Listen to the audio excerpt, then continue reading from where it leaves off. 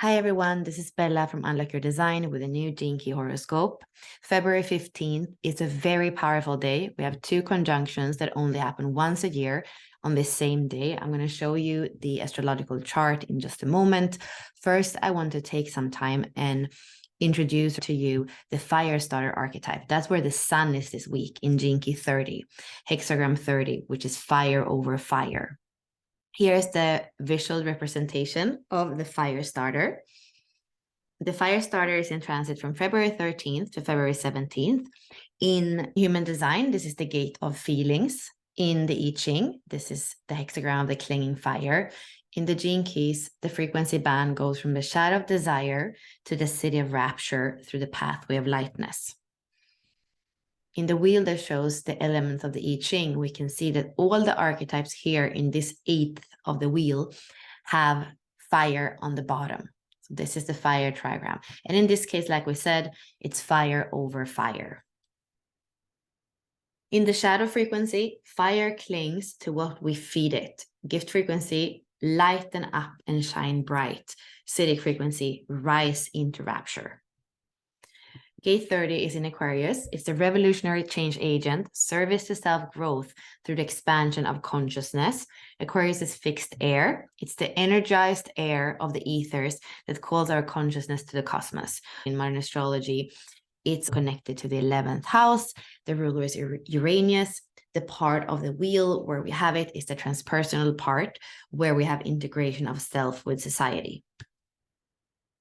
In the human design bodygraph, the 30 lives in the solar plexus center. It's both an awareness center and a motor. Here it has to do with relating and emotional competency. The shadow frequency of the emotional center is defense, the city is fusion, and the pathway is fruitlessness. When we look at the whole channel, which is actually activated right now, we have the channel of recognition, the 41 to the 30, a design of focused energy. You're one of life's great dreamers, and you're here to gain wisdom through exploring all kinds of feelings you want to feel in order to learn. The shadow for the whole channel comes from fantasy and desire, and it's the shadow of wishfulness. The gift comes from lightness and anticipation, and that's the gift of daring. And then the city comes from rapture and emanation, and that's the city of jubilation. The priming partner is the 29th. So we have here the 30 in Aquarius, and then the 29 in Leo. 29 is water over water. And like we said, 30 is fire over fire. Also, when you look at the hexagrams, you're going to see that wherever the 30 has a yang line, there is a yin line in the 29. Desire and half-heartedness go hand in hand. Lightness and commitment go hand in hand. Rapture and devotion go hand in hand.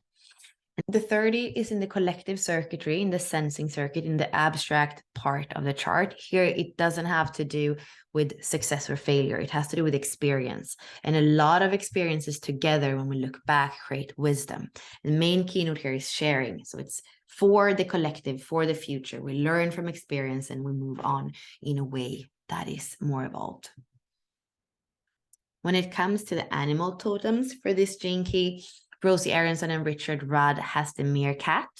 And then Brynja Magnusson, who also has a book that combines human design, I Ching, gene keys, and animal totems for each hexagram. She has the hippopotamus as the animal totem. And that is because it's connected to the emotional center. The hippopotamus has a temperament that is quite aggressive and emotional. So here it has to do with that yin energy. And it also goes together with the fact that Godhead in this part of the wheel, that is the 13, the 30, the 49, the 55, the Godhead is Kali, which is the dark feminine. And she slays everything that isn't love, right? Everything gets destroyed. It's only love that remains. So that's an interesting choice as well.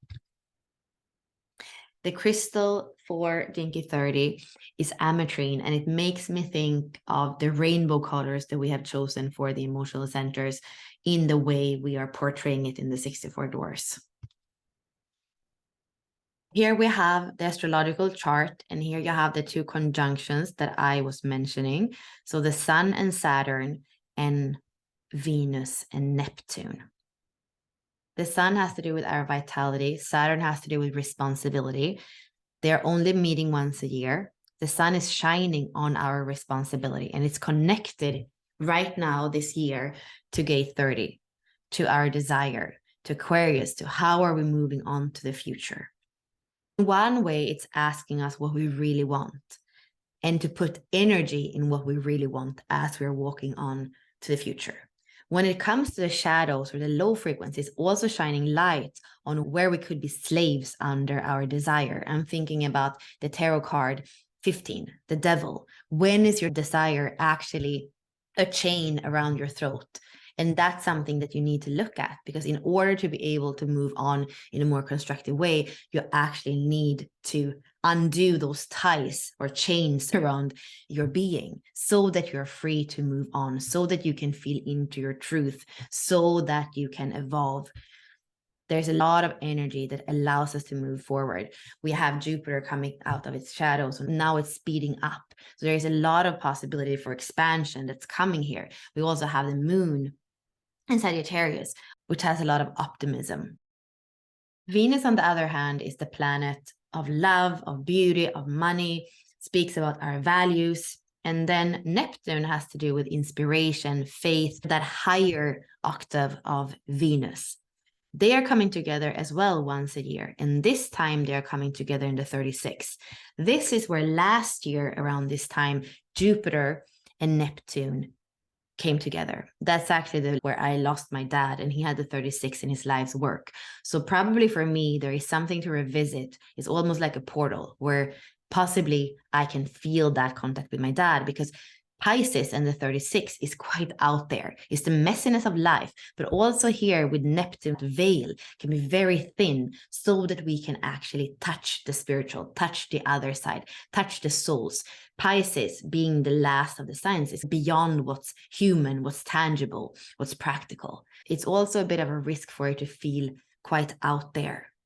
So when you feel some of this energy of the 36, which is the turbulence or the crisis in the low frequency, just know that there is a possibility for that to be a portal to deeper spirituality or deeper embodiment instead of feeling completely lost. When we look at the gene keys, the main archetype this week is the fire starter, and you have the overview now of the fire starter. Here in the third line, it's even more fire. The third line has to do with our solar plexus, and it is that energy center, that chakra of fire. So we could say you have triple fire here, 30 being fire over fire, and the third line also being fire. It's definitely a day where we can feel a lot of emotion. This goes together with the 41 and the 30, creating this channel in the Bodygraph, and then the 36 with a conjunction with Neptune and Venus connecting to Mars in the 35 in the throat center. We have two motors, the root and the emotional connecting, and then the emotional center also connecting up to the throat. The 14 and the 8 are also powerful, and they're bringing more of that individual energy that we see here in the middle of the Bodygraph. So a lot of things can move and even shake outside of us. And with the radiance and purpose, it's telling us that our core stability have to do with coming back into our middle pillar, our core, our center, and to feel our own creativity, to feel our own power through everything that's going out on the outside. The fifth line is the leadership. So this day, when a lot is happening in the transits, the best way is to tune back into your body, your energy, your groundedness, your own vibration. Then, according to Richard Rudd, the 57 codes for the collective core wound. The core wound of unease, the fear of tomorrow.